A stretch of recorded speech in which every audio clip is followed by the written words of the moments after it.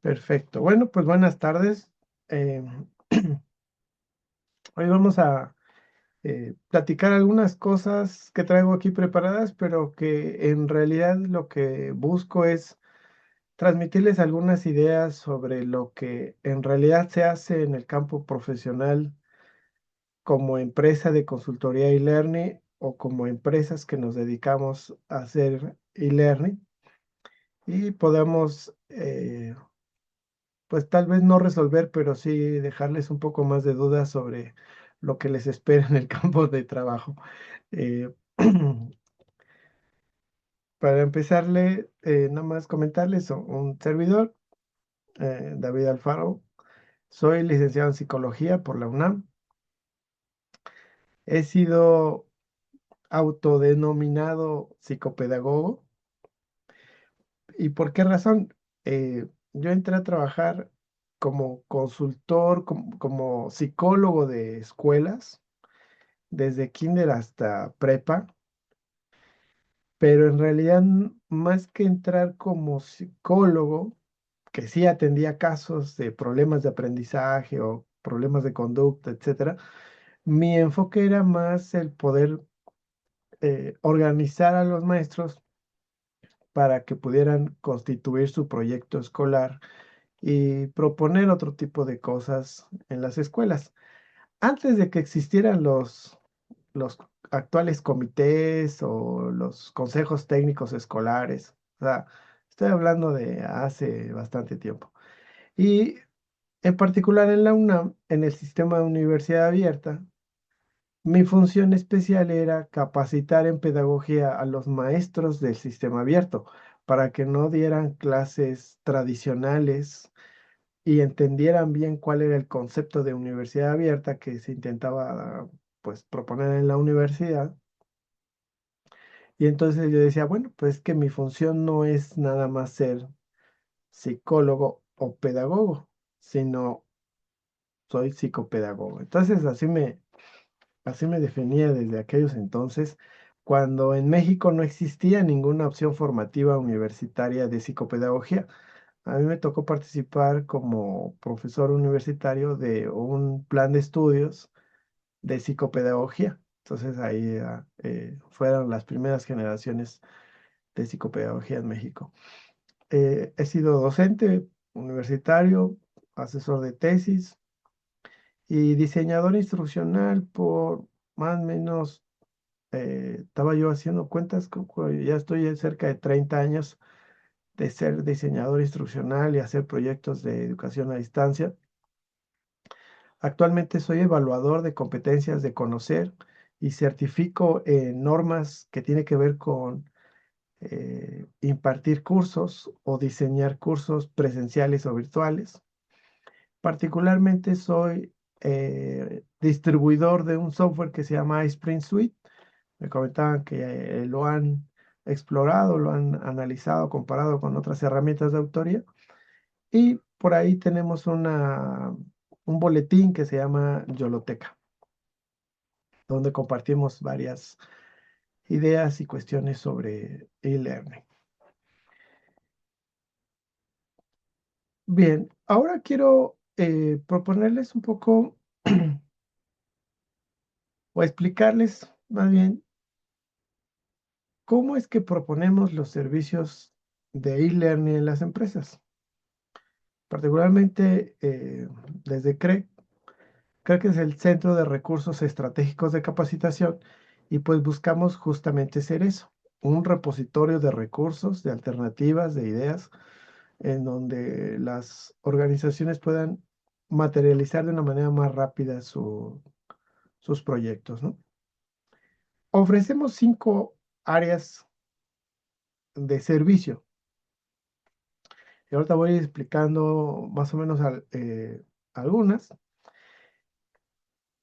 pero que es algo importante que enfatizamos en las empresas. Hacer un poquito de todo esto como parte integral de un proyecto de e-learning, en donde la visión del pedagogo, la visión de la estrategia resulta muy relevante e importante. Tenemos una primera área de planeación estratégica y el desarrollo del modelo educativo. Suena así, muy abstracto, ¿no? Pero hay muchas decisiones que tenemos que analizar antes de empezar a hacer cualquier cosa. Hay mucha investigación o muchos datos que necesitamos recabar o considerar como parte de la infraestructura de la organización para poder determinar cuál sería la mejor mezcla o la mejor propuesta que pueda funcionar mejor en la organización. En ocasiones hay empresas que tienen una necesidad muy inmediata y urgente de, es que quiero hacer mi curso de inducción o quiero hacer mi curso de tal tema y les surge un desarrollo muy específico. Pero a veces si no tenemos esta visión de conjunto o una estrategia mayor, o nosotros como diseñadores instruccionales no conseguimos visualizar de una manera rápida la estrategia global de la organización, vamos a hacer contenidos con un alcance más limitado o con algunos problemas que van a enfrentar en el camino por desconocer algunos puntos. Y entonces ahí nosotros recomendamos a las organizaciones que nos tomemos un tiempo para sentarnos a, o entender bien cuál es su estrategia y si la organización no la tiene muy clara o muy bien definida, ayudarles a aterrizarla y a definir muy bien qué sí se puede hacer con sus recursos, con sus circunstancias, en sus condiciones en las que estén y qué cosas pues no es buena idea porque la experiencia nos dice que a veces hay cosas que no jalan, no funcionan muy bien. Tenemos una segunda área que es el área de infraestructura tecnológica. Aquí es importante para nosotros dividir tres grandes aspectos tecnológicos. Uno es la tecnología desde la cual se va a distribuir los cursos y estamos concretamente hablando de plataforma LMS, pero otra es la infraestructura que tiene la organización disponible para que los participantes accedan a los cursos. Y esto marca la diferencia de una manera muy importante. Hay organizaciones, por ejemplo, que todos sus colaboradores usan tablets o usan celulares y hoy día ya no están usando computadoras. Y eso marca un diseño instruccional muy específico. Ya no podemos hacer los cursos diseñados para computadoras. Tenemos que hacer cursos diseñados para celulares y tiene una metodología o tienen unas estructuras muy diferentes. O hay organizaciones que usan mucho herramientas de videocomunicación y no hacen nada fuera de sus espacios de videocapacitación. Entonces eso igual marca una pauta de diseño instruccional muy diferente. Entonces analizamos cuál es esa infraestructura, pero analizamos también la infraestructura que tienen los usuarios de manera alterna, personal, para acceder a los cursos. Muchas organizaciones no son, a veces se destina tiempo laboral o dentro de los espacios de trabajo se destina para que hagan sus cursos. Pero ustedes sospecharán, hay muchas empresas que les piden a sus trabajadores que hagan los cursos fuera de horario laboral, es más, fuera de la infraestructura de la organización. Entonces las personas lo tienen que hacer desde sus casas o desde otros mecanismos alternos. Y ahí es donde nosotros eh, indagamos cuál es esa infraestructura, cuál es esa capacidad, cuáles son esas circunstancias para poder identificar una mejor mecanismo. Y lo otro es la infraestructura con la cual la organización crea los cursos. Me ha tocado ver diseñadores instruccionales que les asignan una laptop para que hagan su trabajo, pero literal hasta telarañas tiene, ¿no? O sea, son equipos muy obsoletos, muy básicos, que pues nada más con trabajo si funciona el Office. Y les digo, no, no, o sea, necesitas otro tipo de equipo para hacer cursos y learning, ¿no?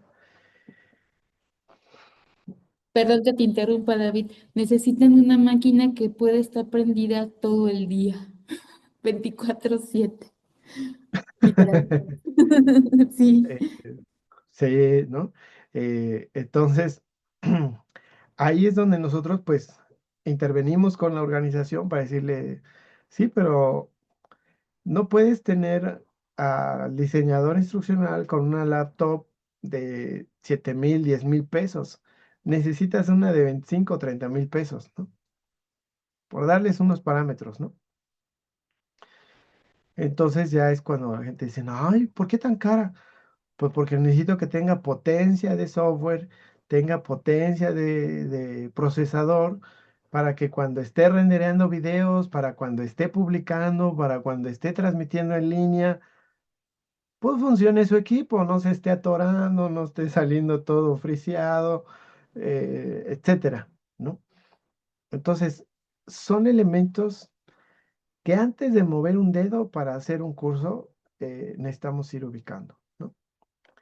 Luego tenemos la producción de la oferta educativa. Propiamente aquí es diseñar los cursos per se. Y ahí entonces, pues dependiendo de el modelo educativo, dependiendo de esta comprensión de lo que ya se tiene, de qué infraestructura se tiene, cuál va a ser el formato, pues ya decimos, bueno, pues vamos a hacer cursos para formato de celular, vamos a hacer cursos para videocapacitación, vamos a hacer cursos para que se puedan ver standalone o van a hacer cursos para que pueden sincronizarlos, etcétera. Hay muchos modelos. Por ejemplo, hay una organización que nos pidió unos cursos que las personas dejaban descargando el curso así casi en toda su jornada de trabajo, porque tardaba bastante tiempo, ¿no? Casi unas 2 horas. Pero ya cuando estaba el curso localmente ya en sus equipos, podían desconectarse de internet, hacer todo su curso, los resultados se guardaban en su curso, o sea, en su equipo, y como eran gentes que andaban en ese tiempo todavía era gente que andaba con laptop por aquí y por allá, cuando ya llegaban a un lugar donde sí tenían conexión a internet, volvían a enchufar su computadora, el curso a un sistema y reportaba todos los progresos de avance. Ajá. Entonces, esas son tipos de soluciones donde se busca que el curso no corra vía web, o sea, no tengas que estar conectado permanentemente a internet, sino que puedas descargar el contenido, hacer tu curso, etcétera, tus exámenes, y después sincronizas los resultados a un servidor central. Eh, y bien, después tenemos el área de operación de campus virtual. Aquí en esta área, entonces, es el momento de impartir el curso. Y si el curso tiene el apoyo de un soporte de un tutor, y ahí vamos a hablar de varios tipos de tutores, habrá que reclutar, capacitar, supervisar, motivar o despedir a los tutores según su desempeño, ¿no? Habrá que tener una mesa de soporte técnico que ayude a los usuarios y a los tutores con cualquier dificultad técnica que tengan en el funcionamiento del sistema. Esa es la operación. Habrá que hacer reportes, habrá que hacer seguimiento, monitoreo de quién está entrando, quién no está entrando, etcétera. Esa es una operación de campus virtual. Dependiendo del formato de los cursos, habrá diferentes tipos de tutores. Ustedes tal vez habrán analizado esto, pero, por ejemplo, eh, desde nuestro enfoque, Dividimos a un tipo de tutoría que le llamamos tutoría motivacional. ¿Qué es un tutor motivacional? Es aquella persona que supervisa el progreso de avance de estudio de los participantes en cursos casi de autoestudio. ¿Sí? Quisiera que ustedes me escribieran o calcularan cuántos alumnos puede atender un tutor motivacional. Y así como suena tutor motivacional, él solo está motivando el estudio. Él está supervisando que nadie se rezague, que todos estén entrando a plataforma, que nadie tenga mayor dificultad para entender las instrucciones que de por sí ya tiene el curso. Y bajo este formato podemos tener tutores atendiendo cientos e incluso 1000 alumnos. Llegamos a tener proyectos con 4 tutores atendiendo a una población de 5000 alumnos. ¿Cómo creen que hacíamos esto? No es de que estuvieran 4 en paralelo o al mismo tiempo, lo hacían por turnos. Y entonces cada turno, pues llegaba y decía, ¿ha habido incidencias? ¿Alguien se ha quejado? ¿Alguien ha reportado algo? Sí, no, ¿qué ha reportado? Tal situación. ¿Existe ese problema? ¿Es un problema del usuario? ¿Es un problema del equipo del usuario? ¿De la conexión del usuario? ¿O efectivamente hay una instrucción mal escrita o hay un archivo que no está funcionando? Lo que sea. E inmediatamente, pues, se corrige si es que algo toca hacer en particular. O si era una precisión de instrucción, decimos, ok, ya hicimos la precisión de instrucción. De los 5000 alumnos, pues 3 fueron los que mandaron mensajes a las 8 de la mañana, bien tempranito. Entonces, ¿qué hacemos? Un comunicado para que los otros 4000 y feria de personas ya no encontraran esa dificultad o ya no enfrentaran esa situación. Entonces, hacemos avisos, hacemos alertas, que esto es ir atendiendo de uno a muchos, le llamamos. Entonces, un tutor motivacional puede atender un grupo muy grande de personas, pero más que tener una comunicación uno a uno o un diálogo, tiene una comunicación de uno a muchos. A eso es a lo que le llamamos tutor motivacional. Sin embargo, hay otro tipo de cursos que están basados en proyectos, donde el participante tiene que aterrizar un trabajo, tiene que hacer un entregable y se requiere de un experto que sí se tome una hora analizando, leyendo bien ese trabajo y dándole una retroalimentación cualitativa sobre la pertinencia de ese trabajo. Y al darle una retroalimentación cualitativa, pues también se va a llevar un tiempo escribiéndole, ¿no? Recomendándole opciones o diciendo, mira, vas bien por aquí, pero explora más este aspecto, investiga más de tal cosa, etcétera, ¿no? Ese tutor, ¿cuántas personas creen que puede atender? Si le ponemos 1000 personas, pues lo reventamos, no jala, ¿no? ¿Cuántas personas creen que puede atender un tutor experto que requiere dedicarle, ahora sí que tiempo de calidad a cada uno de sus alumnos eh, durante digamos, durante el mes calendario? Ahí entonces nosotros proponemos que esto sería muy equivalente a los grupos presenciales. ¿Hasta cuántos alumnos ya un profesor universitario se colapsa y dice, no, ya este grupo está enorme, son muchísimos alumnos? Maestra Adriana, o sea, ¿cuál ha sido tu grupo más Pues, grande que has dicho, no, este grupo sí de plano ya me agota porque son muchos? más de 30 en presencial y en línea igual, más de 30 para mí. Ajá. Correcto. Más o menos estamos proponiendo que entre Lo 30. ideal serían como 15, bueno, como unos 20 en línea, ¿no? Pero no más. Sí, nosotros consideramos que entre 30 a 45 personas pueden ser atendidas por un tutor experto que requiere tomar, o sea, quiere dedicarle un tiempo a cada uno de sus participantes sobre cursos que tienen duración de un mes o más. O sea, si el curso dura 15 días, un maestro que tiene 30 alumnos se colapsa también, porque es muy poco tiempo calendario, ¿no? Si el curso dura 2 meses y tiene 45 alumnos, los puede manejar bastante bien. Porque no todo el tiempo, los 40, o sea, en los 2 meses, no todo el tiempo las personas están entregando tareas. O sea, tienen un tiempo de procesar lo que deben de hacer, tienen un tiempo para hacerlo. Y si van mandando avances sobre lo que están haciendo o ya entregaron su trabajo, pues de ahí se va repartiendo el esfuerzo. ¿Me explico?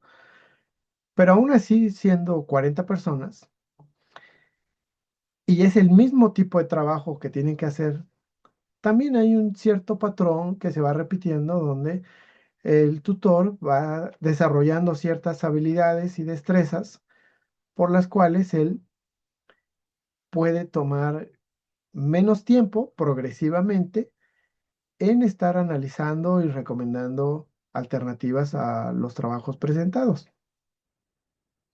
De tal manera que eh, las metodologías con las que operan estos tutores también las diseñamos. También son diseños pedagógicos, ¿no?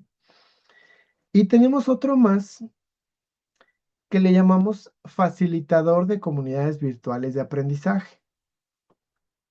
Y aquí hay un cambio pedagógico estructural muy importante. Para los primeros hay un contenido y las personas aprenden ese contenido que ya está dado, ¿sí? Pero una comunidad virtual de aprendizaje funciona en una lógica diferente. Funciona en un tema de interés, un tema relevante para esa comunidad, y es la comunidad la que se va a encargar de buscar, procesar, curar, seleccionar información, ponerlo a discusión del grupo, tomar conclusiones y definiciones sobre cómo aterrizarlo en la práctica, llevarlo a la práctica y analizar el efecto de esas decisiones con esos contenidos de esa búsqueda que hizo la comunidad, supervisados, guiados por el facilitador, que siendo experto también en la temática de lo que trata el curso, pues tiene también autoridad de experto sobre cómo guiar un proceso, pero su función no es explicar cosas, su función es provocar, alentar a la audiencia a que usen esos recursos sociales, personales, para buscar, procesar y organizar información, discutirla y tomar decisiones. Aquí les preguntaría yo si ustedes han estudiado metodologías de investigación-acción o algo parecido. Es la que se utiliza justamente en estas comunidades virtuales de aprendizaje. Ahora imaginen entonces a un facilitador, por ya no llamarle tutor, interactuando intensamente con su audiencia, analizando lo que van encontrando las personas, proponiéndoles esquemas de discusión. Si un facilitador tiene 20 alumnos, se colapsa. Una comunidad virtual de aprendizaje para temas muy focales, se recomienda hacerlo de 10 a 12 personas. 12 personas ya son muchas. ¿Dónde hacemos grupos de comunidades virtuales de aprendizaje? En aquellos temas que incluso todavía no existe una oferta educativa sobre el tema de interés. ¿Dónde hemos hecho esto? Por ejemplo, en temas de actualización fiscal. Tenemos áreas de departamentos contables en las empresas que requieren saber lo último de lo último que están por aprobar los diputados en materia fiscal y que le va a pegar a la empresa sobre pues cómo hacen su contabilidad y sus impuestos. No existen cursos.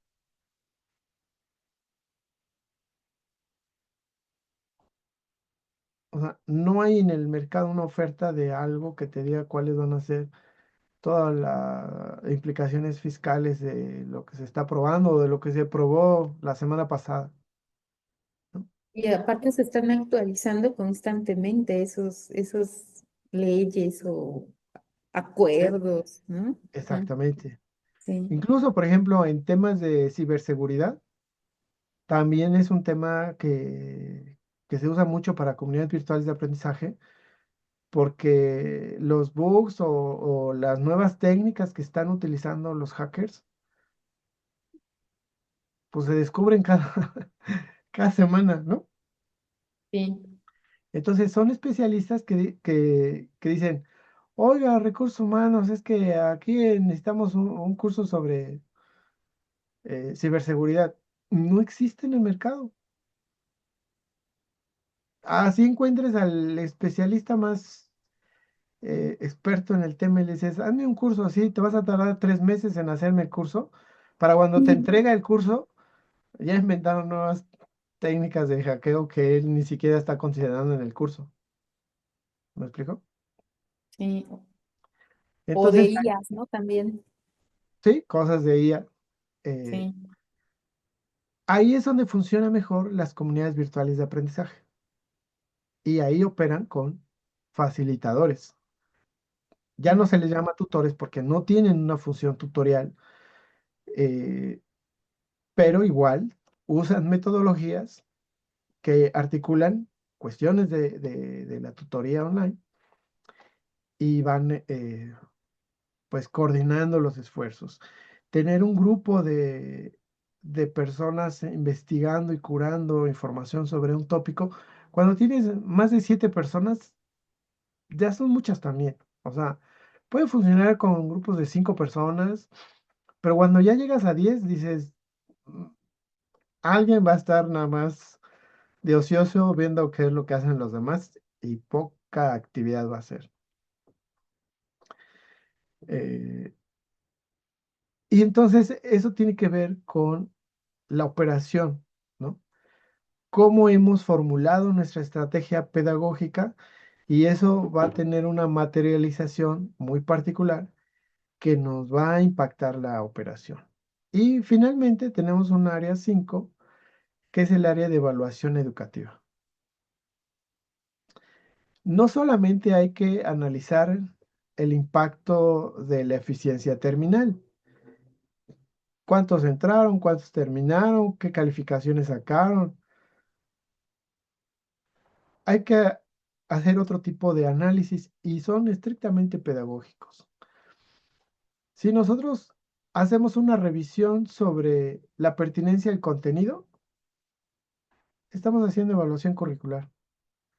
Sobre la secuenciación del contenido, estamos haciendo evaluación curricular. Sobre la claridad de los contenidos, sobre su vigencia, estamos haciendo evaluación de contenido, una evaluación curricular muy específica. Y si hacemos una encuesta de satisfacción y les preguntamos a los usuarios cómo fue su experiencia, si la disfrutaron o no, pero más allá de sacar, eh, decimos, encuestas de vanidades, de hoy sí, la población estuvo súper contenta.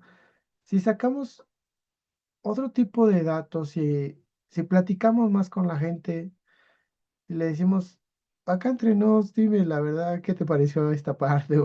O dónde te atoraste o algo.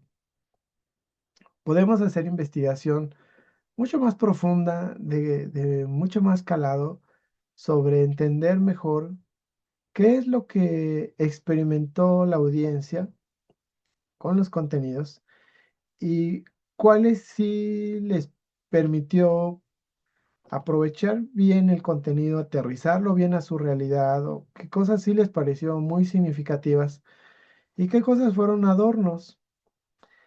En, en e-learning, de repente usamos el concepto de pirotecnia multimedia y decimos, ¿qué tanto fue un efecto de pirotecnia multimedia? La pirotecnia multimedia son como efectos de animación o efectos interactivos que solo son show, que solo son estéticos, sí llamativos, sí atractivos, como quieran, pero sin gran relevancia pedagógica.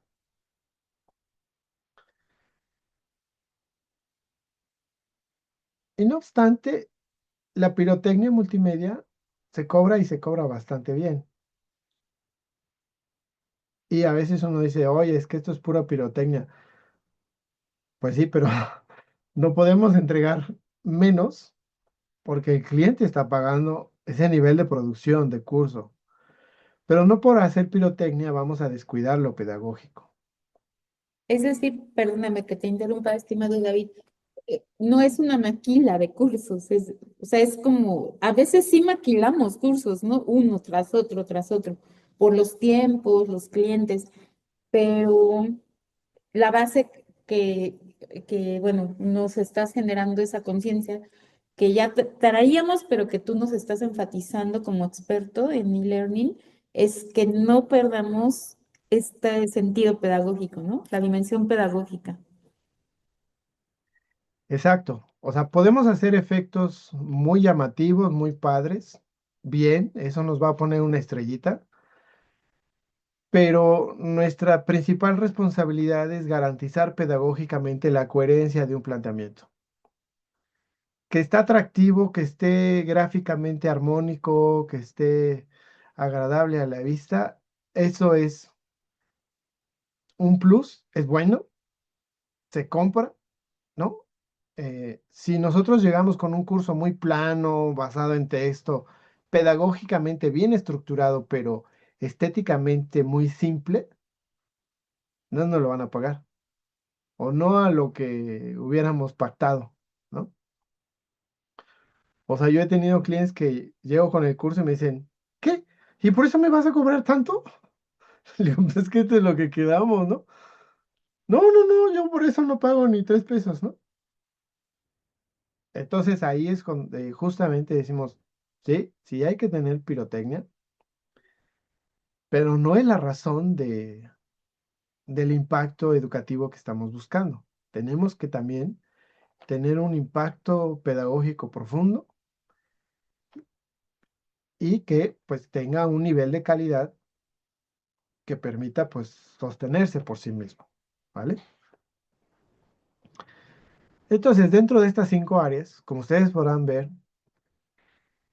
siempre la visión del pedagogo está presente y siempre hay que tener claro hacia dónde vamos y cómo caminamos, porque todo este camino que vamos a hacer nos va a permitir allegarnos de los datos necesarios para poder formular bien un planteamiento o poder garantizar que ese producto que estamos entregando está perfectamente validado y estudiado para tener el impacto que estamos buscando.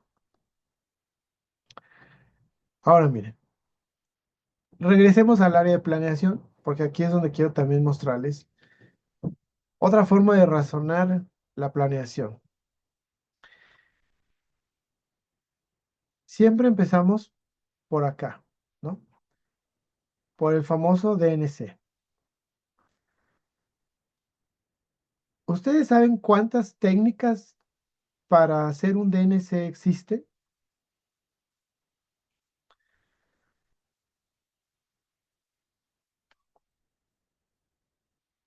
Existen varias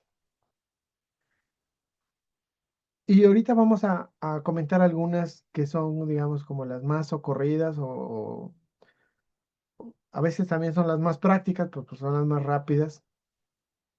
Pero hay un montón de técnicas para poder determinar qué es lo que debe de saber las personas, o sea, qué corpus de conocimientos necesitan dominar, a qué nivel necesitan dominarlo, qué necesitan saber hacer metodológicamente en términos de procedimientos y cuál es la mejor actitud para hacer eso, en solitario, en equipo, en colaboración. Y dependiendo de estas grandes disyuntivas que ustedes seguramente también ya habrán visto, todo eso está basado en eh, educación basada en competencias, ¿no? Saber hacer, saber ser, eh, saber qué. Definimos y determinamos qué tantos contenidos o qué tantos saberes y destrezas se requieren diseñar. Y entonces después vamos a decir, ok, no se puede todo al mismo tiempo. Tenemos que darle un orden, una secuencia. Ahí estamos haciendo currículo. Ahí ustedes desempolvan sus notas de teoría curricular y de las teorías que hayan revisado en ese aspecto. Eh, ¿Cómo le damos un orden? A mí me tocó ver empresas, por ejemplo, que me decían, oye David, es que necesitamos una consultoría porque pues, las personas no estudian, no trabajan, no entregan bien sus tareas y no sé qué. Y le digo, ok, a ver, déjame entender bien qué están haciendo, cómo lo están haciendo. Le digo, ¿cuánto tiempo crees que debe de estudiar la persona en un mes? Y cuando me enseñaron lo que tenían que leer y las tareas que tenían que hacer, les dije, ¿y cuánto tiempo crees que una persona así bien dedicada y comprometida con su estudio debería de invertir para hacerte este tipo de, o sea, leer todo esto y hacer todas estas tareas en un ciclo mensual? Ustedes, ustedes son estudiantes de tiempo completo o aunque trabajen y estudien, pero siempre hay una expectativa de que ustedes estudian a tiempo completo o deberían de implicarse a tiempo completo a estudiar. Es decir, deberían de invertir de 8 a 10 horas diario estudiando, leyendo y haciendo las tareas de la maestra Adriana y yendo a las conferencias que les pide, etcétera. Este, Sí. pero una persona que trabaja 40 horas a la semana, de lunes a viernes, o trabajaba 48, ahora van a quitar lo de las 48 horas, ¿no? Pero hay personas que trabajan en empresas que sí trabajan también los sábados, ¿no? O descansan un día entre semana y eso, y trabajan los fines de semana, y trabajan 48 horas a la semana. ¿Cuántas horas más quieres que estudien al mes?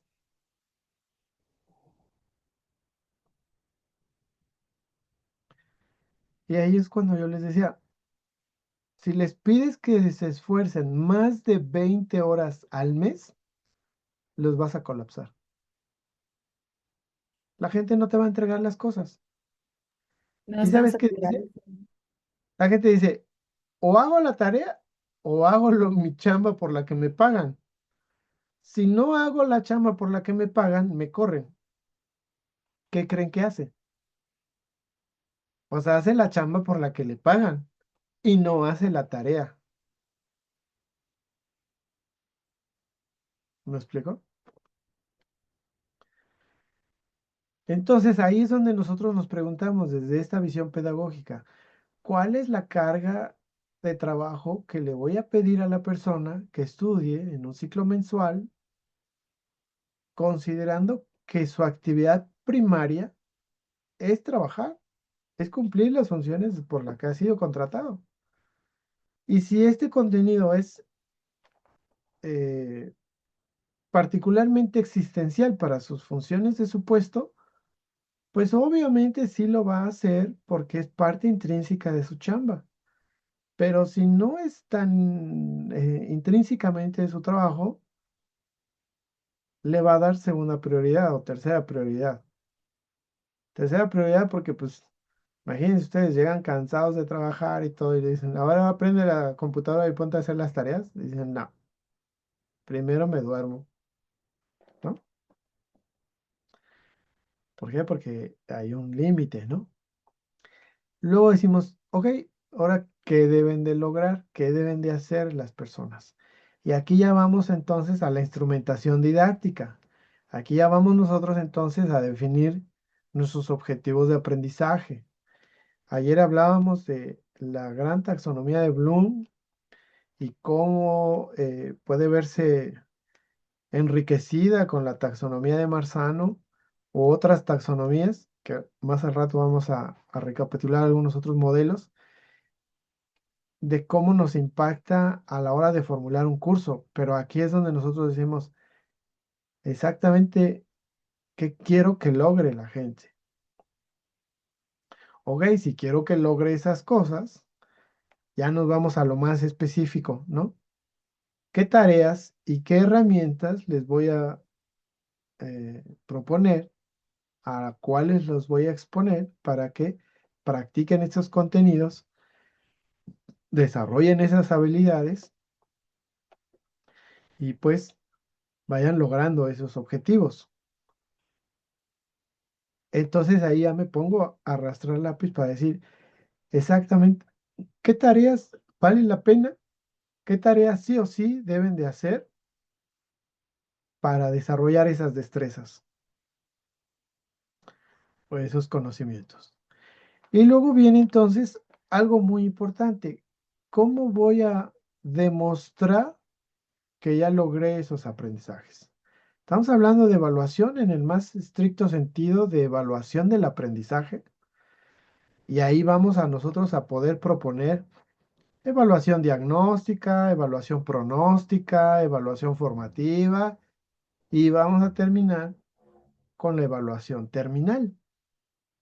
Y exactamente eso, cómo se mide, ¿sí? Típicamente es un examen, típicamente es un examen de opción múltiple y típicamente puede ser un examen de Ave María, dame puntería, o podemos hacerlo pedagógicamente diferente, ¿no? Las empresas quieren algo inmediato y quieren algo rápido, pues, ¿no? Pero ahí es donde también nosotros debemos de saber proponer cuál sería la mejor forma de demostrar. Pero una vez que alguien ha demostrado que ha desarrollado esas competencias, podemos llevar esa formación o toda esta experiencia y esa estrategia a niveles de certificación. Y aquí es importante para nosotros, como pedagogos, entender los diferentes niveles de educación formal y no formal en en las corporaciones o de lo que se puede dar en las empresas. Puede haber, o sea, a mí me ha tocado ver, por ejemplo, empresas que estimulan que sus colaboradores acrediten estudios de niveles formales de educación y, y hacen convenios con el INEA, con este, para que acrediten su primaria, su secundaria y tengan una estructura funcional dentro de los niveles educativos. Hay otras empresas que patrocinan estudios de licenciaturas, maestrías y hacen convenios con las personas, ¿no? Hay una preocupación formal, de educación formal, pero hay quienes pues nada más le dan o sea, la constancia del curso, ¿no? Y algunas funcionan, algunas no funcionan, algunas sirven o algunas ni siquiera tienen validez curricular, ¿sí? Y dentro de las constancias de validez curricular están las certificaciones por organismos internacionales de certificación de algo. Hay certificación en manejo de Office, de Microsoft, hay certificaciones de industrias, ¿no?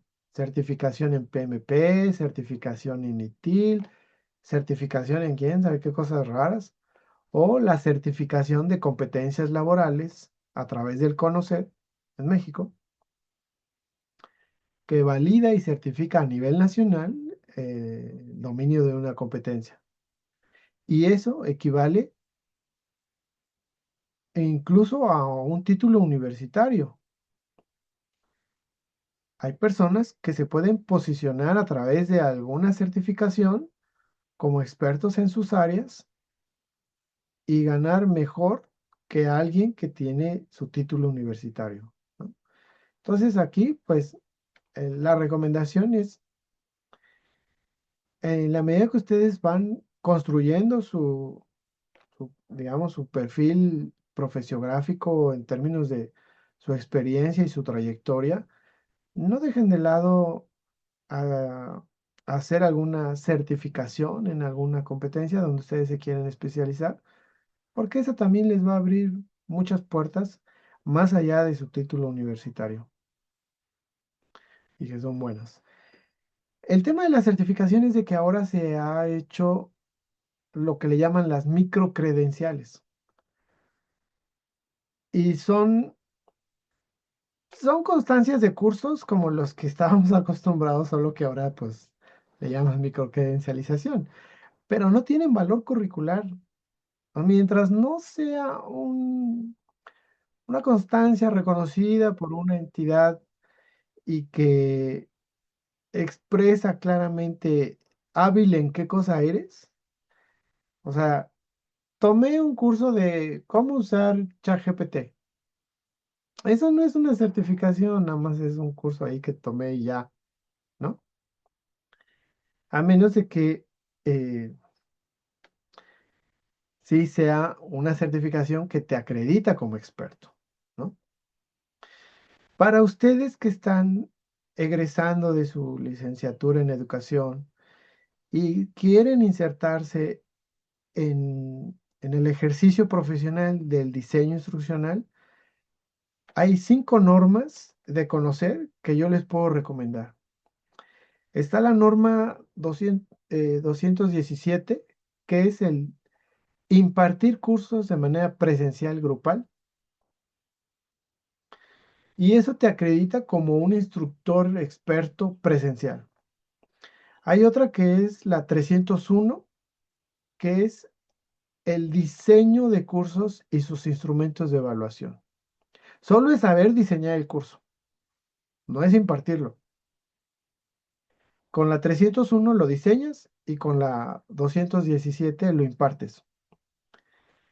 Esos dos certificados son muy populares, son muy conocidos en el medio y les están abriendo las puertas a muchos profesionales que quieren tener mayor presencia como instructores presenciales. Pero así como existen estas 2 normas para educación presencial, hay 3 normas para educación en línea. Entonces está una que es el diseño de cursos en línea. Hay varias normas, la 050, la 366, y solamente es saber diseñar un curso en línea. Hay otra norma que es tutoría online,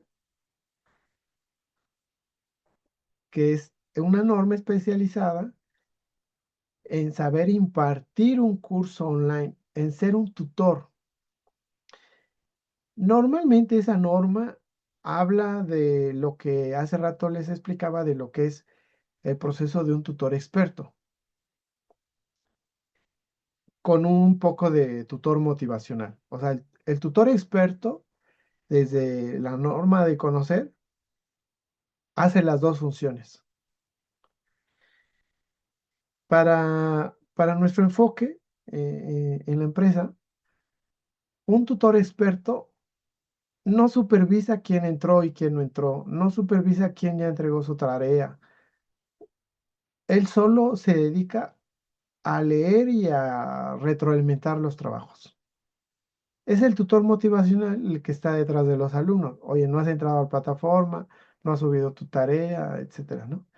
Es el que hace el seguimiento del tracking de cómo van con las cosas. El tutor motivacional es el que modera los foros, etcétera, y escala con el tutor experto si acaso hay algún tema toral o algún tema existencial ahí donde requieren la intervención del experto. Pero el tutor experto solo se dedica a revisar y a retroalimentar cualitativamente el trabajo, la pertinencia de un trabajo. La norma de conocer incluye las dos cosas. Y hay otra norma, que es la 1317, que es impartir cursos con herramientas de videocomunicación, o sea, así como ahorita, ¿no? Entonces, con esas 5 normas, se puede tener una cualidad mayor como expertos en diseño instruccional. Bueno, hay una certificación en el uso de iSprint Suite haciendo cursos e-learning. Esa la ofrece y la certifica iSprint, ¿no? Es española, David? Sí. No, bueno, o sea, la certificación de iSprint está en español, Ajá.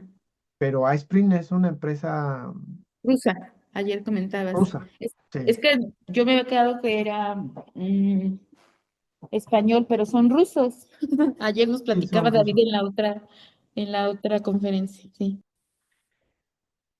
De hecho, miren, España es un país que tiene una larga tradición de e-learning.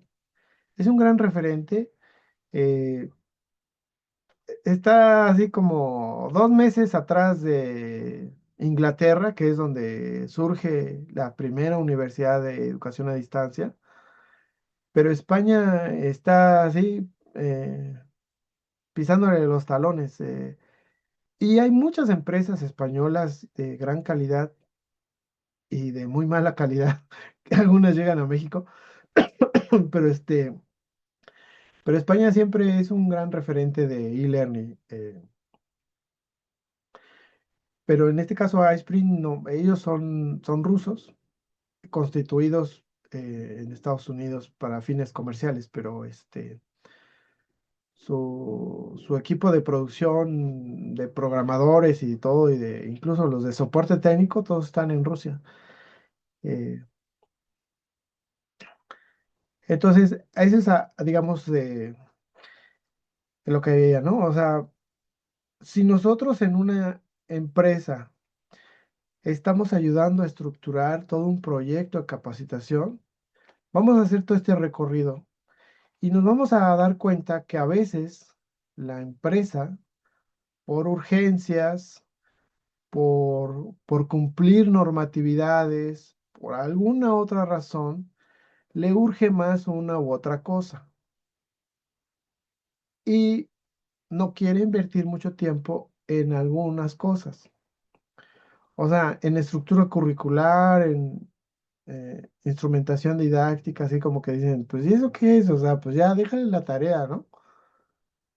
Dices, bueno, no es tan así de simple, porque si diseñamos desde el escritorio sin tener esta comprensión de la realidad, vamos a diseñar cosas que al final van a fracasar, porque justo no van a tener esa sensibilidad de lo que sí puede hacer la gente, de lo razonable que sí se puede hacer.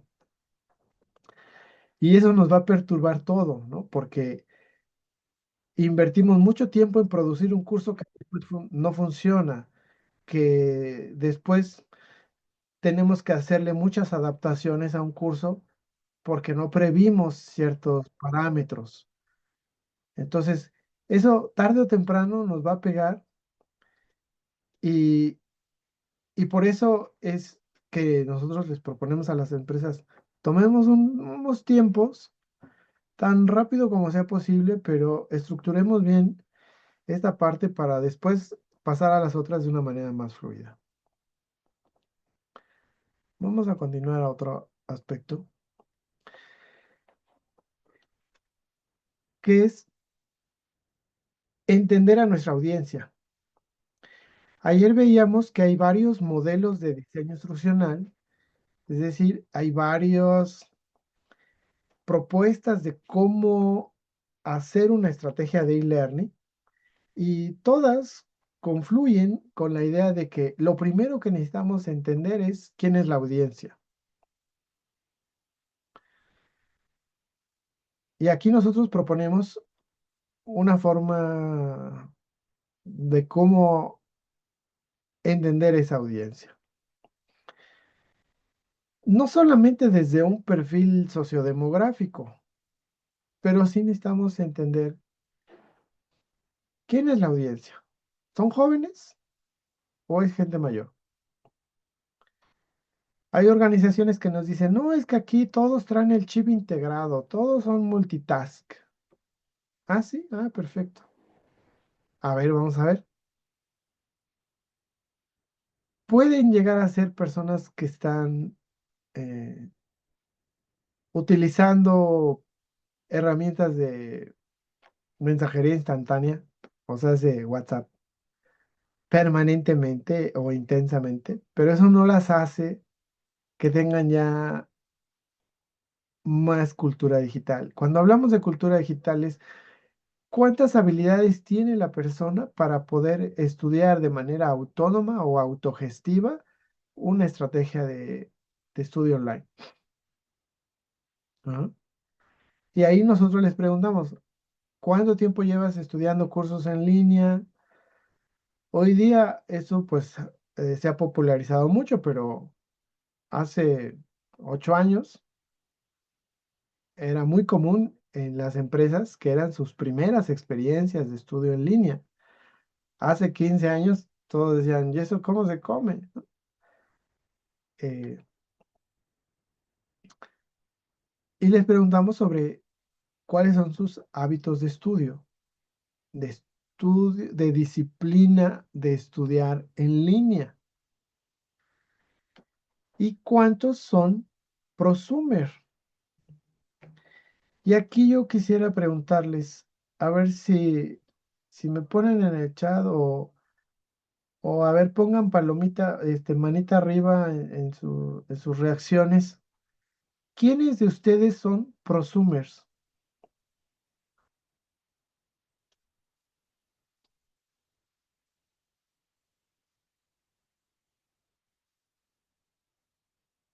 Adrián es prosumer. ¿Quién más es prosumer? ¿Alguien más? O diga, no, yo eso no le hago.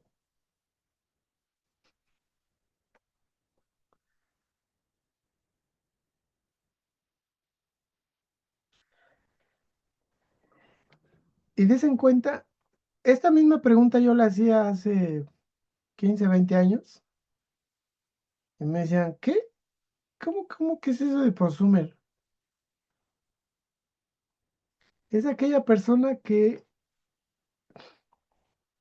puede buscar, procesar, organizar y distribuir información y no solamente ser consumidora, sino ser productora de información en Internet.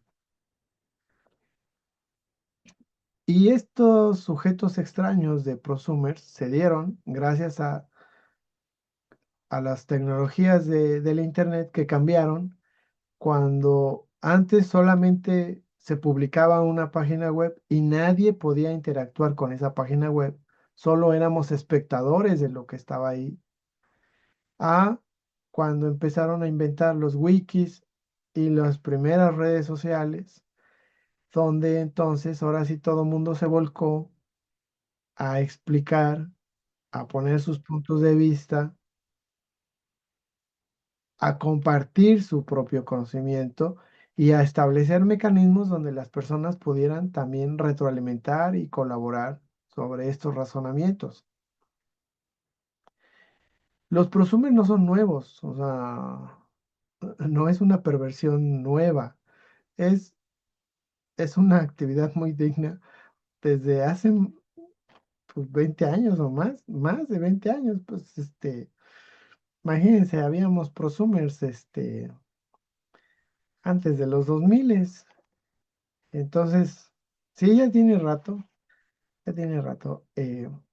Y entonces, cuando nosotros vamos preguntándoles a las personas qué hacen, cómo hacen, qué tan digitalizadas está su vida, qué tanto usan la tecnología para diversas cosas, para transportarse, para comprar, para su banca, etcétera. Ahí es donde nos damos cuenta qué tan fácil es proponerles actividades en línea, actividades colaborativas. Si ustedes le proponen a su audiencia, ok, ahora van a hacer un documento compartido y lo van a hacer en equipo y van a hacer esto y esto. ¿Y dónde hacemos eso, maestro? Pues ahí en Google Doc. Si las personas no tienen la más remota idea de hacer documentos compartidos, van a decir, ay, este curso nos está pidiendo cosas bien fumadas, o sea, nada que ver, ¿cómo vamos a hacer eso? Háganlo en Dropbox, háganlo en Google, pues, en donde se deje, hagan una wiki. No saben, hay personas que no tienen mayor referente y no saben hacer este tipo de actividades. Entonces, para eso es hacerles un instrumento de cultura digital. Y para esto les quiero proponer contestar un instrumento de cultura digital. No, en este momento yo les voy a pasar a través de su maestra una liga donde he programado un diagnóstico de cultura digital y proponerles esto como una actividad especial para que ustedes puedan medir su propia cultura digital y hagamos una reflexión posterior sobre los resultados. ¿Vale? ¿Qué les parece? Muy bien, sí. Vamos a tener otra técnica que es para hacer una DNS basada en bancos de reactivos. Ayer platicábamos ya de la importancia de saber hacer tablas de especificaciones para el desarrollo de bancos de reactivos. Me comentaban que eh, de una manera muy pertinente en algunas otras materias han revisado cómo se hacen estos bancos de reactivos, pero aquí lo que les quiero hablar es sobre algo que se le llama diagnóstico de gap. ¿Han escuchado esto? ¿Qué es un gap?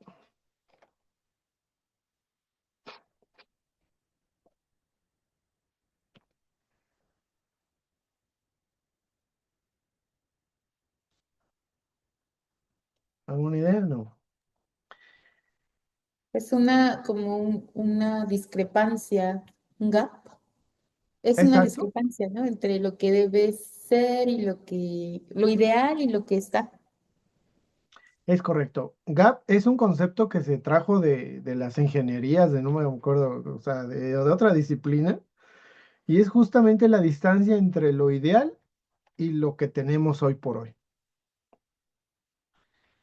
¿En qué consiste entonces el análisis de gap a través de bancos de reactivos? Nosotros vamos a diseñar un examen por temas y tenemos tema uno, pregunta 1, 2, 3, 4, 5, 10. Tema 2, tema 3, tema 4. ¿Sí? Ese es nuestro banco. Y después lo vamos a aplicar a toda la audiencia, pero ahí vamos a tener un aspecto muy importante. Vamos a poner quién es y cuál es su perfil de puesto. Puede ser operativo, puede ser de ventas, puede ser administrativo, supervisor, gerente o de lo que sea, ¿no? Y entonces vamos a nosotros a determinar cuál es, digamos, como la tolerancia o lo esperado por cada puesto. Imagínense a una empresa muy famosa que hace productos alimenticios. Estamos hablando de Nestlé. En Nestlé una vez me dijeron, queremos que así desde el barrendero y desde todo el personal sepa nutrición, porque somos una empresa de nutrición y no podemos tolerar que nadie, o sea, que hay muchos colaboradores aquí que están obesos y no se saben nutrir, no saben alimentarse. Entonces, eso es inadmisible. Entonces, como empresa, todos van a hacer un curso de nutrición. Zúmbale. Entonces, cuando hacemos este análisis de gap, vamos a decir, para el puesto operativo, ¿cuál es lo esperado que él sepa? De, de un 100% del examen, o para efectos del tema uno, voy a poner aquí que operativamente a él le voy a dar chance que saque 70 puntos de 100. Si saca más de 70 puntos de 100, está positivo, está bien, sabe lo que esperaría a ese nivel. Pero el de ventas, a él sí no me lo pueden chamaquear, o sea, él sí tiene que saber más. Entonces él debe de sacar 80. Pero el supervisor, pues peor tantito, a él nadie me lo puede chamaquear, o sea, él sí tiene que saber de cabo a rabo algo más, ¿no? Él tiene que sacar 90. Y el gerente, pues tiene que sacar 100 o 95, 90 y X, ¿no? Entonces nosotros vamos definiendo cuál es el estándar esperado, según su puesto, respecto de las mismas preguntas. Y entonces aquí nosotros vamos poniendo gap positivo o gap negativo si sabe por encima de lo esperado o sabe por debajo de lo esperado. Y nos va a salir una tablita como esta. ¿Qué creen que le vamos a hacer a Carlos de ventas que salió positivo, positivo, positivo? ¿Lo mandamos al curso? Pues no, ¿verdad? Pues a él lo exentamos. Le decimos, tú, Carlos, ya ni te asomes, o sea, tú estás exento del curso, porque si bien lo sacaste un 10 pulcro, sabes por encima de lo esperado a tu nivel de puesto. Pero Juan, aquí otro Juan, reprobó solamente el tema 2, los otros sí los pasó. Entonces, ¿qué creen que vamos a hacer con Juan? Le decimos, pues tú, Juan, estás exento de estos 3 cursos, pero sí tienes que tomar el curso 2. Entonces, nuestro curso, que era un curso de 4 módulos, lo hacemos 4 cursos más pequeños. Y entonces, con este esquema de diagnóstico, ya no hacemos que todos estudien todo, sino solamente en aquellos puntos donde salieron con gap negativo. Pero, por ejemplo, a este Carlos de aquí, que salió negativo, negativo, negativo, a este otro de acá, negativo, negativo, ahí le decimos, pues tú, compadre, sí, sí te vas a tener que chutar todo el curso, los 4 cursos, los 4 módulos, porque pues tú sí estás bajo, ¿no? A esto es a lo que les proponemos a las empresas como capacitación quirúrgica. ¿Por qué? Porque no vamos a hacer que todos estudien todo, sino nada más aquellos puntos donde detectamos una área de oportunidad, donde no tienen el dominio esperado a su función de puesto. ¿Ok?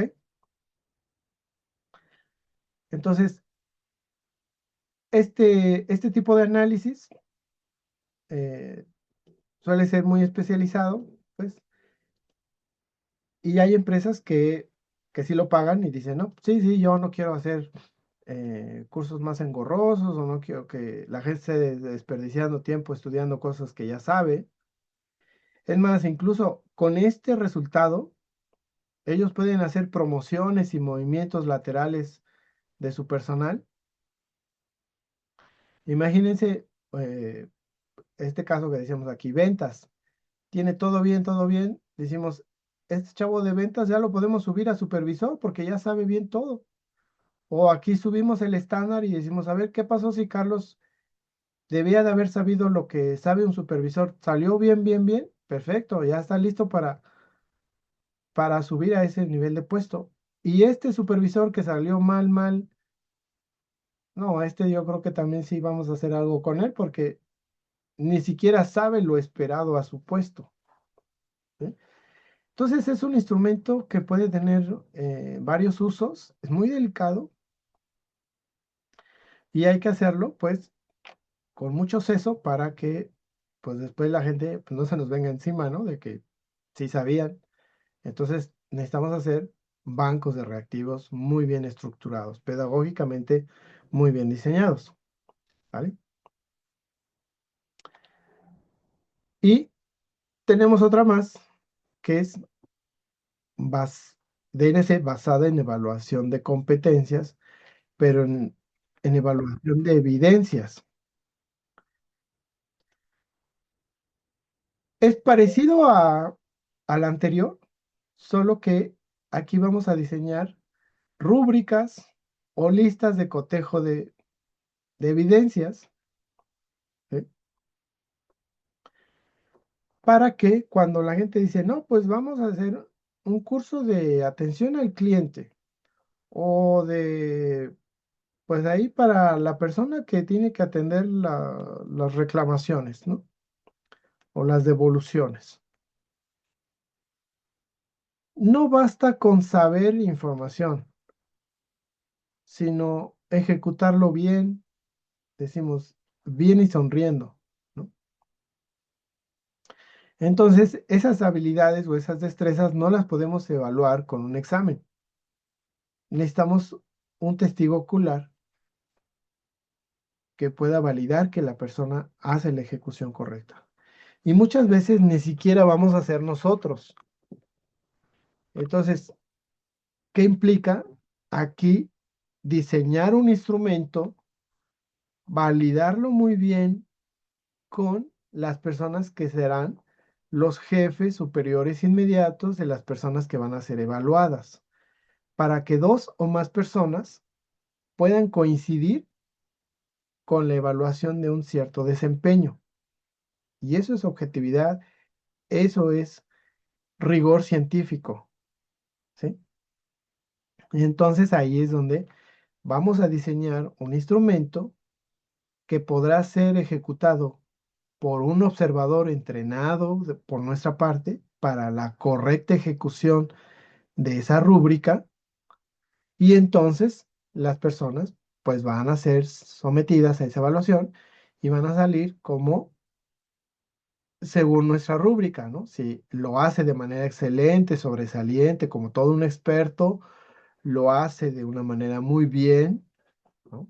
Como está esperado, lo hace, diríamos, bien a secas o con lo suficiente, con lo que cumple con la norma, con los criterios, pero no se esmera más en su calidad, o de plano hay áreas de oportunidad y no lo hace con la debida rigurosidad con la que debería de estar haciendo algo, y esas personas no pueden estar haciendo funciones de las cuales no son competentes. ¿Por qué? Pero ya fueron evaluadas a través de un instrumento mucho más riguroso en el campo, haciendo las cosas con clientes reales o con clientes verdaderos. Algunas rúbricas se pueden hacer en espacios simulados o en recreando el escenario. No es lo más conveniente. Lo mejor es evaluarlos justo en su ámbito de ejercicio con clientes reales, con problemáticas reales, porque ahí también pues se advierte en muchas otras circunstancias, pero es otro tipo de instrumentos. Y ahí nuestra capacidad para definir, desmembrar en diferentes eh, conductas o ejecuciones de un mismo comportamiento será clave en nuestra habilidad para formular estas rúbricas. Yo sé que hay incluso plataformas o herramientas que tú le dices, hazme una rúbrica de tal cosa y parece que te la hace mágicamente a la velocidad del rayo. Pero si uno no tiene la formación científica rigurosa de cómo hacer una rúbrica y cómo juzgar que una rúbrica está exhaustivamente completa, bien hecha, cualquier cosa que nos dé la IA será nuestra perdición, porque pues no tendremos esa capacidad crítica de ver que el instrumento es consistente y es bueno. ¿Sí? Aquí es donde sale todo ese lado científico y riguroso que tenemos que tener como pedagogos.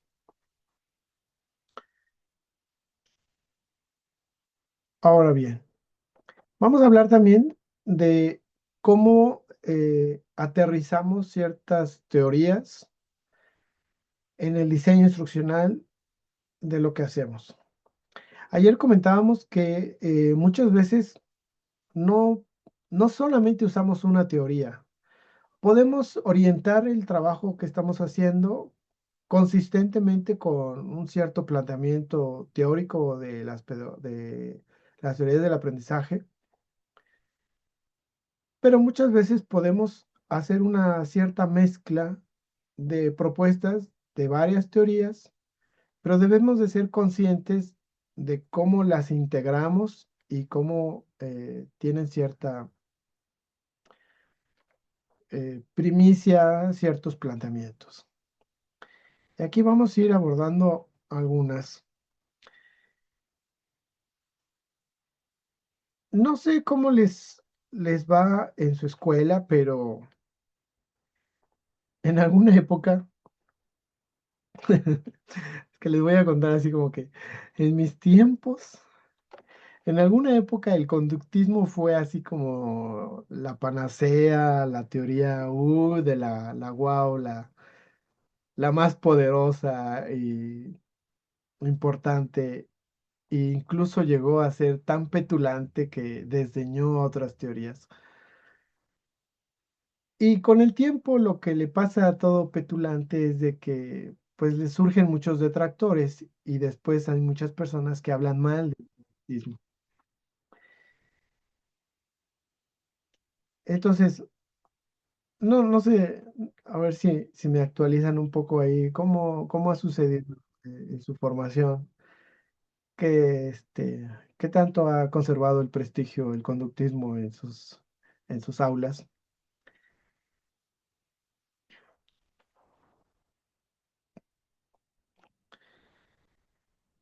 Pero el conductismo es Pueden una abrir teoría. micrófono, ¿verdad, David? ¿Dónde?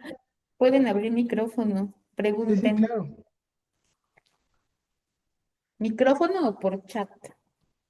Por chat, como gusten. Así es, yo les preguntaría, ¿quiénes de ustedes pueden egresar y decir orgullosamente que son conductistas?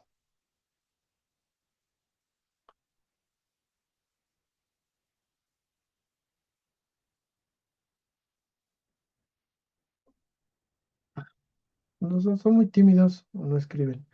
Eh, yo he conocido personas, Participen, chicos. dice David que no le agarra mucho la señal, pero aquí nada más, así en texto, pónganme si ustedes se pueden autodefinir como conductistas y asumirse orgullosamente conductistas, o no, o dicen, no, yo conductismo paso, no, yo no, eso quedó atrás. Este, en fin, hay, hay muchas posturas al respecto. Yo lo que les puedo decir es Yo en lo particular tuve una fuerte formación conductista, y no podría decir que soy un orgulloso conductista, pero sí defiendo el conductismo cuando requiere ser defendido, cuando lo atacan injustamente y tiene grandes aportes. Y hay cosas que son de gran utilidad en el diseño de e-learning, porque el e-learning trae una herencia o le debe una gran herencia al conductismo. Y aquí nada más estoy enumerando algunos principios eh, fundamentales que marcan cualquier desarrollo e-learning. Primero, la secuencia gradual. El conductismo hizo un gran énfasis de ir de lo simple a lo complejo. Y suena bien y funciona mucho. O sea, no vamos a empezar un curso explicando la parte más compleja.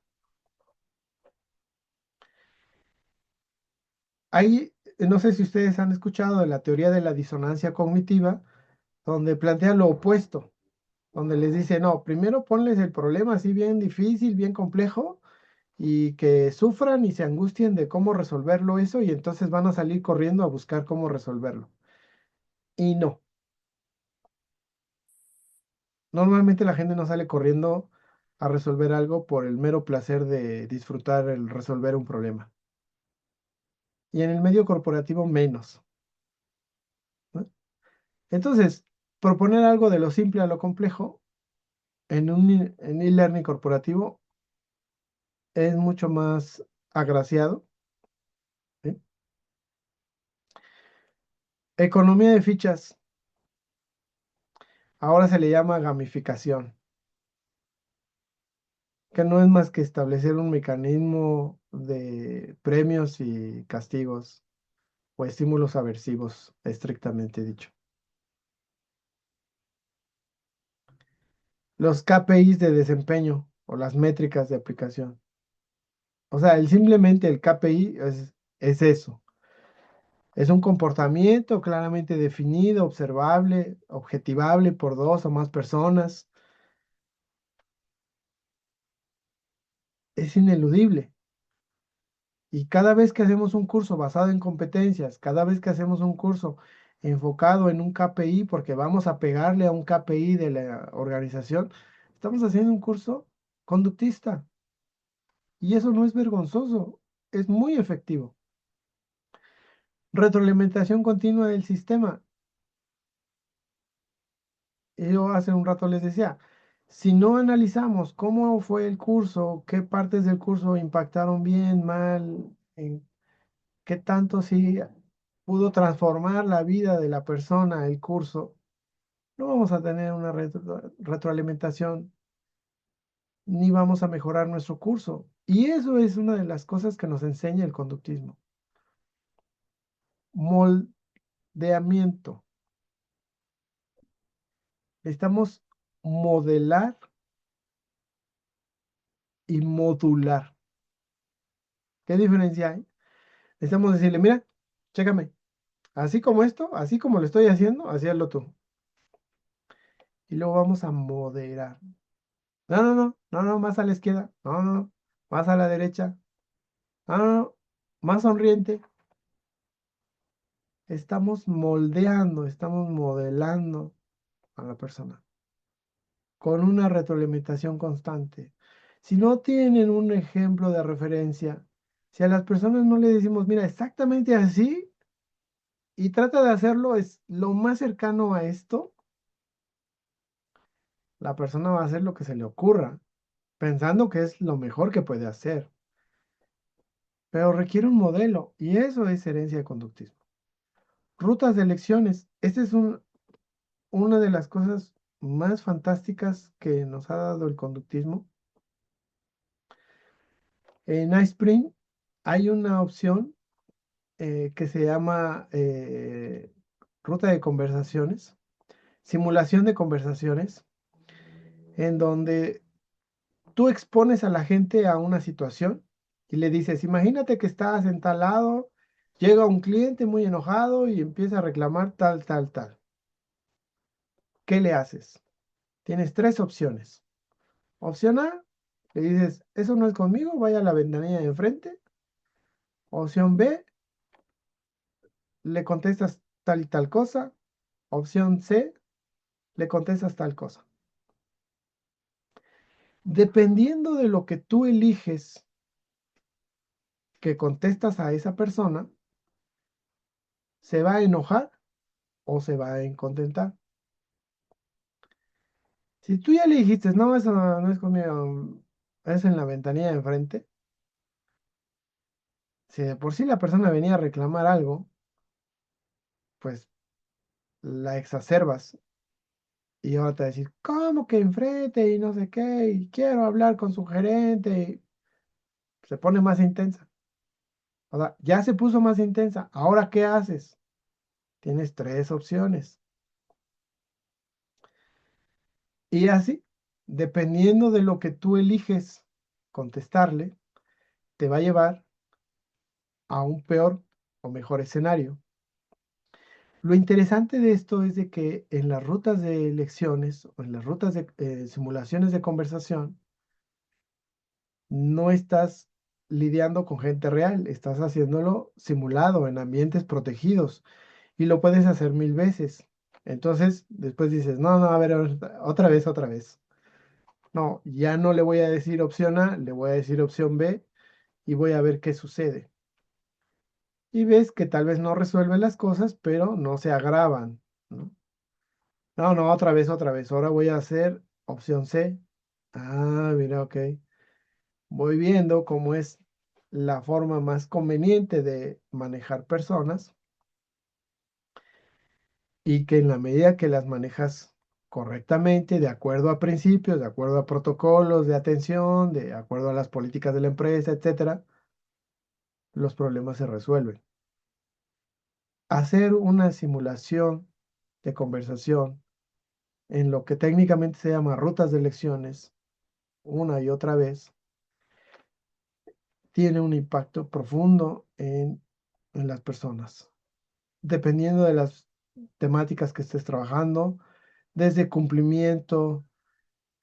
Por ejemplo, esto se usa mucho, hay cursos de normatividades. Las empresas tienen luego mucha normatividad o códigos de ética, códigos de un montón de cosas, ¿no?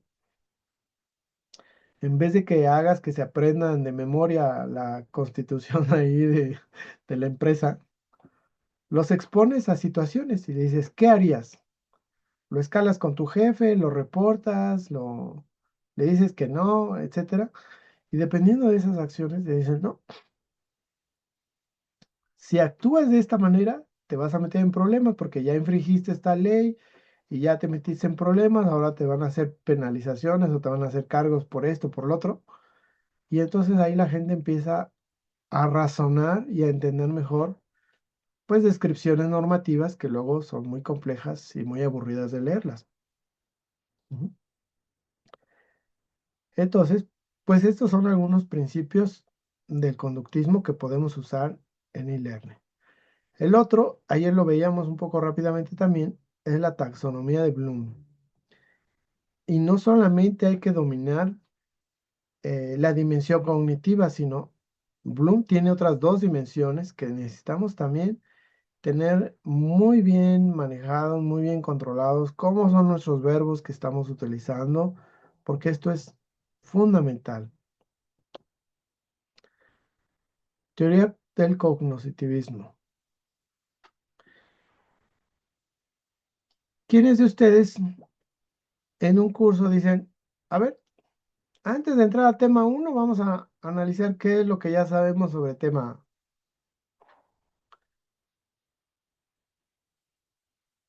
Eso lo heredamos del cognitivismo. Anclas némicas. ¿Qué son las anclas némicas? Ay, aquí lo iba a borrar.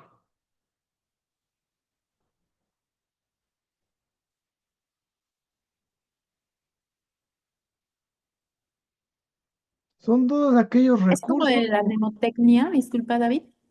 Sí, Ajá. las anclas némicas son todos aquellos recursos con los cuales las personas van a poder recordar procesar, organizar para fines de memorizar mejor la información. Pregúntense ustedes, ¿qué hacen para memorizar algo? ¿Un número telefónico o principios del cognitivismo? Hacen rayones, hacen un mapa conceptual, hacen una infografía, le ponen colores, lo hacen en una canción. lo- Todas estas cosas con las que ustedes dicen, es mi truco, ¿sí? David, ¿quieres participar? Prende tu micrófono. Veo a David Duarte que está alzando la mano. Eh, si es así, con todo gusto. Pero, por ejemplo, yo conocí a una persona, ustedes me dirán si también lo hacen, llegaba de la universidad y pasaba todos sus apuntes a mano. Y a veces ya los había pasado en limpio y los volvía a pasar en limpio. Y yo le decía, ¿y por qué haces eso? Es que al escribirlo, voy otra vez como recordando, y al escribirlo a la velocidad de la coordinación mano-ojo, pues tengo tiempo más de repasarlo, porque hay una velocidad, ¿no? Por muy rápido que escribamos, pues hay un momento de que le vamos haciendo, ¿no? Esa ya es mi forma de estudiar y así aprendo mejor. Tal vez es más laborioso, pero así es mi truco, me decía. Ese es mi truco, ese es mi secreto. Ah, perfecto. Esas son las anclas némicas que cada quien va haciendo como su truco personal de cómo memorizar mejor las cosas. Hacer consciente a las personas de anclas némicas o proporcionarles más alternativas para que ellas tengan más anclas némicas, eso es lo que nos deja el cognitivismo. Y no está peleado con el conductismo, ¿sí? Ustedes han visto, bueno, yo he visto de repente hay muchos videos de que en las secundarias o en escuelas los chicos hacen canciones de lo que tienen que estudiar. Y ahí están todos, ahora ya bailan BTS en las escuelas, ¿no? Las tablas de Con- multiplicar. Exacto, pero con sus contenidos curriculares, ¿no? Yo sí tenía un disco que mi mamá nos compró de las tablas de multiplicar. Sí, sí, pero ahora la gente rapea y la gente hace sus propias canciones con pues, las melodías que ahora les gusta a los chicos, con los contenidos de lo que tienen que estudiar. Y es una ancla anémica, bastante efectiva. Entonces, ¿cuál es nuestra labor también desde el enfoque instruccional? Decir, bueno, ¿cuántas oportunidades les estoy dando a mis participantes para que ellos exploren varias anclas némicas y ellos vean cuál les resulta más pertinente a su estilo de aprendizaje y que pues con la que se sientan más cómodas y pues lo subrayen con rojo, lo hagan lo que sea, pero que se aprendan lo que quiero que se aprendan, ¿no? El otro aspecto es la codificación sensorial múltiple. También el cognitivismo nos va a decir, bueno, si tú estimulas por audio, por texto, por imagen, por video, por tareas, por diálogo, o sea, los vas a poner a que usen todos sus canales sensoriales para estar trabajando con el contenido. Tiene más probabilidades de que se lo aprenda, ¿no? Carga cognitiva controlada. Esto es parte también de lo que les comentaba hace rato, ¿no? Cuando ponemos a que la gente memorice un montón de cosas, nos decimos, ¿cuánto tiempo necesita para aprender eso? ¿No? ¿O cuánta información puede memorizar de una manera más rápida haciendo qué cosa? Y vamos con concepto de andamiaje, concepto de metacognición, que es cuando vamos haciendo consciente a la persona sobre su actividad cognitiva, sobre su razonamiento, su capacidad de lectura, su capacidad de recordar cosas y de las mejores estrategias para hacer mejor y más eficiente su actividad de estudio. Ojo, no es aprender lo que queremos que aprendan, sino aquí las estamos llevando a que analicen cómo es que consiguen aprender mejor eso que estamos buscando y para ellas en particular, cuál sería la forma más eficiente de aprender eso. Cuando conseguimos que las personas encuentren sus propios trucos, lo van a hacer de una manera más ágil. ¿Vale? Constructivismo. ¿Qué nos dice el constructivismo? La construcción es una construcción activa del conocimiento, o eso se da por construcción activa. ¿Y cómo se da esa construcción? A través del lenguaje. ¿Y cómo se da el lenguaje? A través del diálogo. ¿Y cómo se da ese diálogo? Cuando tienen algo de lo que dialogar, ¿no? Vale la redundancia. Entonces, aquí algo me gustaría comentarles. Yo he visto con mucha tristeza cursos que proponen foros, pero los foros son una suerte de soliloquios de narcisistas, pero nunca es una construcción de conocimiento. Cuando el profe, a mí me ha tocado supervisar varios estudios en línea de corte universitario de maestrías, cuando el profesor en el primer comentario de foro pone un comentario así de 2 cuartillas, ¿de cuántas cuartillas creen que son las intervenciones de los alumnos? Si el profesor ya dio el modelo a seguir y es una suerte de soliloquio, pues todo lo demás, o sea, todos los demás comentarios de foro son de 3, 4 cuartillas, de puro choro. No, pues está terrible porque no hay ahí especificado un lineamiento desde el diseño de la consigna, ¿no? Y también por parte del tutor un descuido.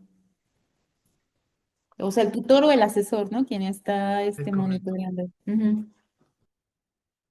O ponen, ¿estás de acuerdo con tal cosa? ¿Sí o no? ¿Por qué? Y todas las participaciones es, estoy de acuerdo, sí, yo también estoy de acuerdo, pero nadie explica por qué. O nada más parafrasean como pericos la razón por la que están de acuerdo, ¿no? Sí, sí, yo también estoy de acuerdo, pues porque así dice, ¿no? Entonces, aquí cuando nosotros nos proponemos hacer cursos donde vamos a dejar foros, realmente necesitamos tener bien dominados todos los principios del constructivismo para poder formular foros realmente significativos y que sí permitan construir una serie de ideas que contrastes de opiniones, porque si no, no jala este asunto, ¿no? Y aquí estamos hablando de aprendizaje basado en problemas, aprendizaje social, el andamiaje situado, cuántas ayudas van a tener según el contexto para que las personas puedan conectar con lo que realmente están razonando, ¿no? Cómo podemos facilitar mejores condiciones para que reflexionen sobre la experiencia y la transferencia de ciertos conocimientos de un escenario a otro, ¿sí? Entonces nuestros foros se deberían de ser, escribe 3 consecuencias de hacer A, explica 3 efectos de hacer B, es- propon 3 alternativas para resolver A. Y ya no les decimos, o sea, ya no les ponemos una pregunta cerrada de, ¿estás de acuerdo conmigo que yo soy el más amplio y sabiondo experto? O sea, y le decimos, no, o sea, esos foros Les digo, son soliloquios narcisistas eh, un poco irremediables. Pero aquí es donde está nuestra sagacidad de pedagogos para decir, no, maestro, eso no lo haga así por esta razón y porque eso es inútil. Luego tenemos conectivismo como una teoría que se le ha asociado mucho a la educación y learning.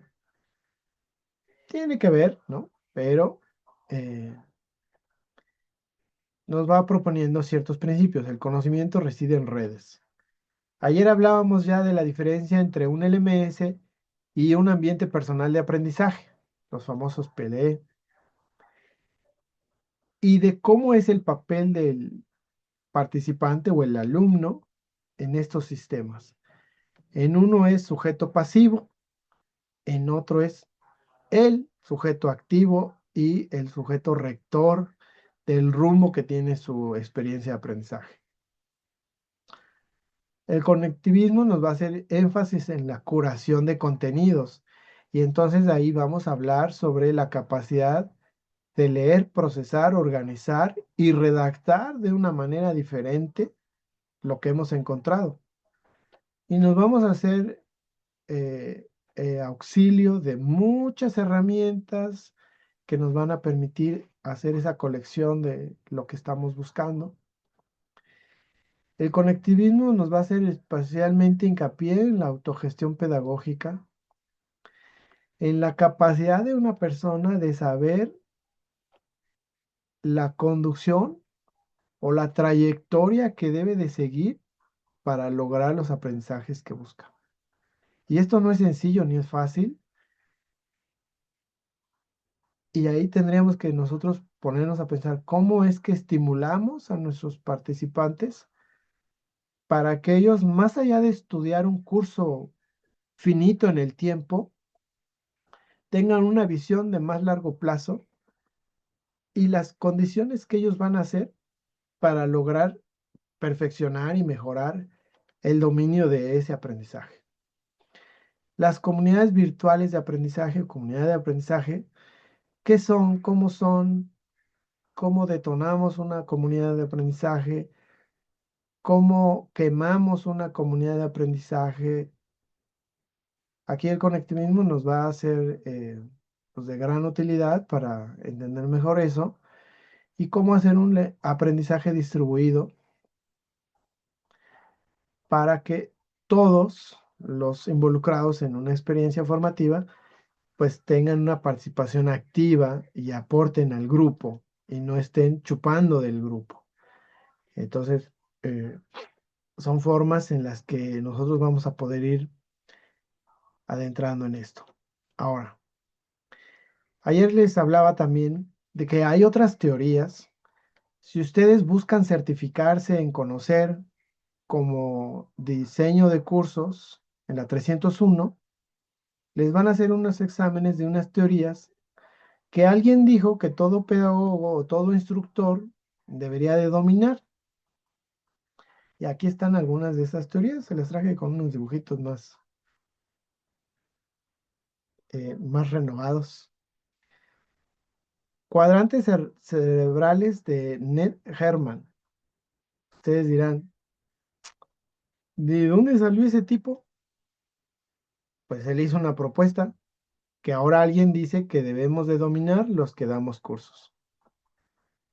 Y nos va a proponer que el cerebro tiene 4 cuadrantes y que en cada uno se llevan a cabo particularmente cierto tipo de actividades, desde más analítico, más holístico creativo, más interpersonal, secuencias,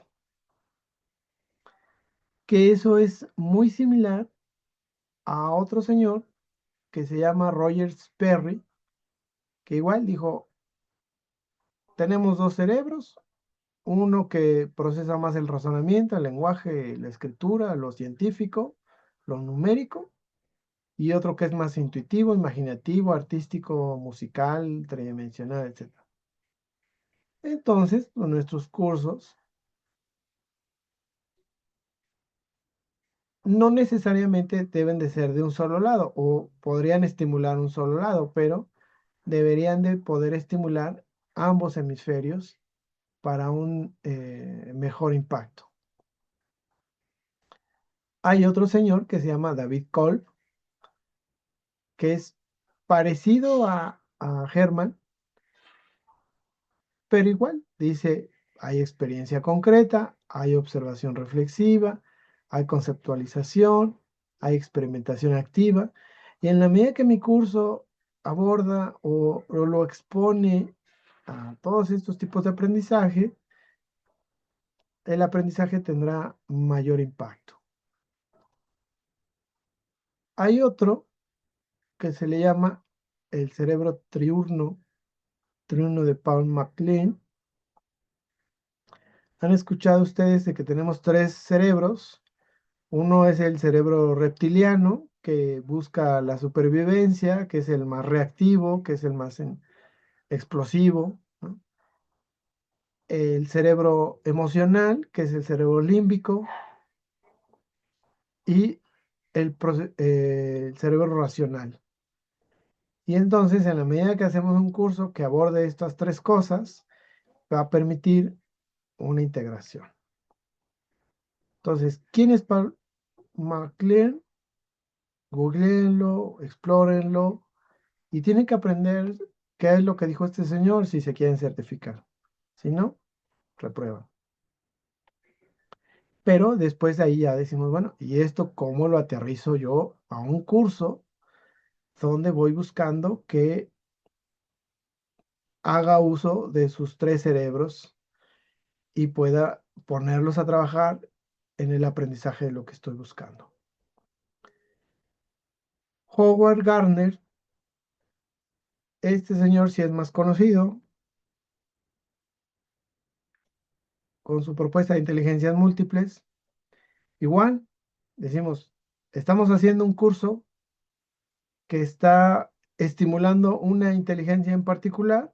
No todos tienen el desarrollo de todas las inteligencias, o algunos se especializan más en una, son como tendencias, pero en la medida en que entendemos cuál es el tipo de inteligencia a la que estamos estimulando, pues podremos hacer que nuestro curso tenga una alineación muy particular hacia ese enfoque. Y en lo último, teoría de Bach, o que son los señores que hicieron la teoría de programación neurolingüística, nos dice que hay quienes son más visuales, pues esos les va a encantar hacer cursos e-learning de autoestudio, donde todo está ahí contenido en imágenes, en texto, en videos. Ahí dice que hay otros que no les gusta ver tanto, sino escucharlo, y ellos van a estar fascinados por estar escuchando audios, podcasts. O hay quienes les aburre lo visual, lo auditivo, no atienden, se distraen muy fácilmente y son más kinestésicos. Les gusta estar haciendo las cosas, siempre están garabateando, están haciendo sus mapas conceptuales, están haciendo algo con las manos, con su cuerpo, para tener otra aproximación. Entonces, ¿cómo hacemos nuestros cursos? Podrán estar apoyados por alguna de esas teorías y al final el curso lo vamos a tener que materializar tecnológicamente. Aquí yo también les traía un poco que el estándar SCORM nació en el 2001. En el 2001, pues ya estaba el SCORM 1.2 y sigue siendo el estándar universal que soportan todas las plataformas y que es el que nos da lo que pedagógicamente siempre vamos buscando. ¿Quién entró? ¿A qué parte del curso entró? ¿Y qué calificación sacó? Y después han ido evolucionando otros estándares que miden otro tipo de cosas, que permiten hacer otro tipo de situaciones, pero que Por ejemplo, el último, el CMI 5, que ya tiene 10 años, pero ustedes googleen, busquen cuántas plataformas soportan ese estándar. Son muy pocas y con problemas. Y cuando decimos, ¿y por qué no se ha popularizado y no ha sustituido o reemplazado el anterior? Es porque acá están buscando cosas que pedagógicamente pueden llegar incluso a ser hasta innecesarias. Ayer les comentaba, no programamos para hacer clics. No nos interesa que el usuario esté como pichón ahí, picando todos los botones o dando clics. Educamos, creamos experiencias formativas para que las personas transformen su práctica, transformen su forma de ser, sean más felices, más eficientes. No estamos buscando el clic por el clic. Eso es incorrecto. Y por eso estos estándares pues no han evolucionado de la mejor forma, porque hay un enfoque técnico que no está cuajando muy bien. Y al final los programadores se voltean con uno y nos dicen, pero exactamente qué es lo que te importa. O sea, ¿qué quieres que registre? Y ahí es donde nosotros debemos de dar una razón pedagógica que vale la pena monitorear para fines de dar seguimiento en el aprendizaje. De otra manera decimos, no, no, o sea, a mí no me importa saber si la gente pasa 20 horas dando clics en algún lado. O sea, me interesa ver que sí transformó, sí hace las cosas de manera diferente, cambiaron los KPIs de las empresas, se ve el impacto, su supervisor puede dar cuenta del cambio que hubo en la ejecución de las cosas. Y los clics, pues bien por ellos, pero pues no, no es para mí lo relevante. ¿Ok? Pues bien, esas eran las reflexiones que quería compartirle.